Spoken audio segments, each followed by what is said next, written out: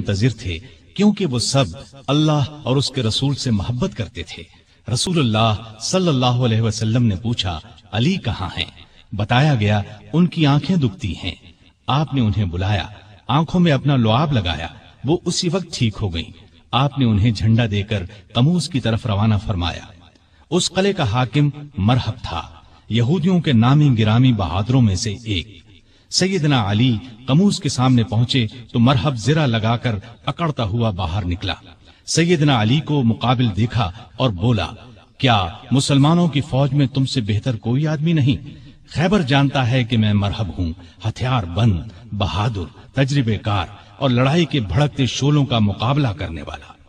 سیدنا علی نے اس کے جواب میں فرمایا، میں وہ شخص ہوں کہ میری ماں نے میرا نام حیدر رکھا، جنگل کے شیر کی طرح ہیبت ناک اور بہادر، میں دشمن کو آنکھ جھپکنے میں ختم کر دیتا ہوں۔ مرحب نے آگے بڑھ کر تلوار کا وار کیا، سیدنا علی تیزی سے ایک طرف ہو گئے، پھر انہوں نے مرحب پر ایسا بھرپور وار کیا کہ ان کی تلوار اس کے خود کو کاٹ کر کھوپڑی میں اتر گئی۔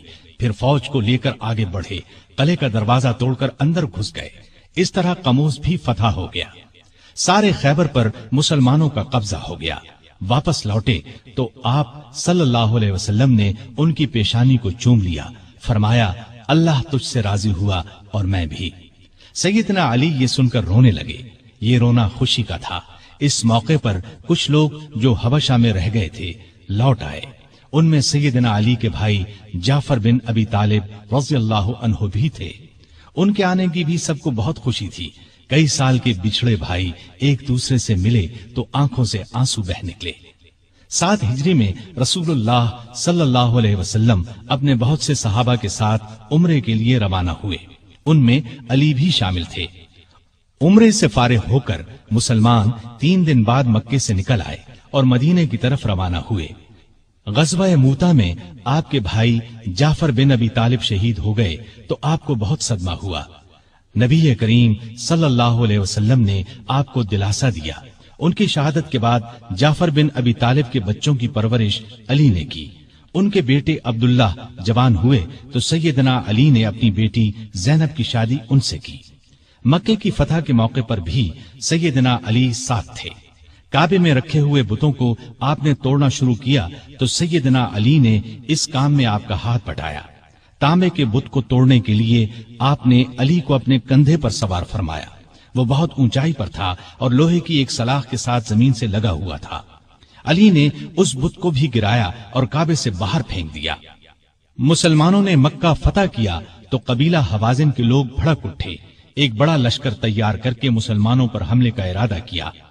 آپ ابھی مکے ہی میں تھے کہ ان کے ارادے کی خبر ہوئی تو آپ شوال 8 ہجری میں 12,000 مسلمانوں کو لے کر دشمن کی طرف روانہ ہوئے۔ حنین کے مقام پر دونوں فوجیں آمنے سامنے ہوئیں۔ دشمن نے یہ چال چلی کہ رات کے وقت آس پاس کی پہاڑیوں میں اپنے تیر انداز بٹھا دیے تھے۔ انہوں نے مسلمانوں پر اچانک تیروں کی بارش کر دی۔ اسلامی فوج میں مکے کے 2,000 ایسے لوگ بھی تھے جو کچھ ہی دن پہلے اسلام لائے تھے۔ وہ تیروں کی بوچھاڑ سے گھبرا کر پیچھے ہٹے۔ اس طرح ساری فوج بے ترتیب ہو گئی۔ صرف آپ صلی اللہ علیہ وسلم چند بہادروں کے ساتھ میدان میں رہ گئے تھے۔ ان میں سیدنا علی بھی تھے۔ وہ شروع سے آخر تک آپ کے پاس رہے اور بے جگری سے لڑتے رہے۔ جلد ہی مسلمان سنبھل گئے، انہوں نے پلٹ کر حملہ کیا اور تب دشمن کو شکست ہوئی۔ 9 ہجری میں آپ صلی اللہ علیہ وسلم نے سیدنا علی کو 150 سوار دے کر یمن کے قبیلہ بنو طے کی طرف روانہ کیا۔ وہ لوگ مسلمانوں کی آمد کی خبر سن کر بھاگ گئے۔ علی رضی اللہ عنہ نے بنو طے کا بت خانہ گرا دیا، بت توڑ ڈالے۔ اس لڑائی کے بعد مشہور سخی حاتم طائی کی بیٹی اور بیٹا عدی مسلمان ہو گئے۔ فتح مکہ کے بعد یہ خبر سننے میں آئی کہ روم کا بادشاہ مسلمانوں پر حملہ کرنے کے لیے پر تول رہا ہے۔ نبی صلی اللہ علیہ وسلم نے خود آگے بڑھ کر اسے روکنے کا فیصلہ کیا۔ آپ صلی اللہ علیہ وسلم نے اس موقع پر سیدنا علی کو اپنا قائم مقام بنایا اور خود 30,000 فوج لے کر روانہ ہوئے۔ بعض منافقین نے علی کو تانا دیا کہ وہ جنگ سے بچنے کے لیے نہیں گئے۔ اس پر انہیں رنج ہوا، ہتھیار لگا کر روانہ ہوئے، لشکر تک پہنچ گئے۔ نبی صلی اللہ علیہ وسلم نے ان سے آنے کی وجہ پوچھی تو عرض کیا، اے اللہ کے رسول صلی اللہ علیہ وسلم، میں نے شروع سے لے کر آج تک اللہ کی راہ میں لڑنے سے قدم پیچھے نہیں ہٹائے، لیکن معلوم نہیں اس مرتبہ مجھے جہاد میں شریک کرنے کے بجائے مدینے میں کیوں چھوڑ دیا گیا۔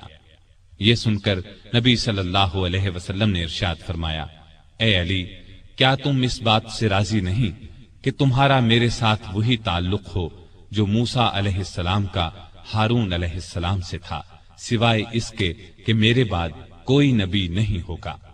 مطلب یہ تھا کہ جس طرح موسیٰ علیہ السلام کوہ طور پر جاتے وقت ہارون علیہ السلام کو اپنا قائم مقام بنا گئے تھے، اسی طرح میں نے تمہیں اپنا قائم مقام بنایا تھا، لیکن ہارون علیہ السلام نبی بھی تھے جبکہ تم نبی نہیں ہو سکتے، اس لیے کہ میرے بعد کوئی نبی نہیں آئے گا۔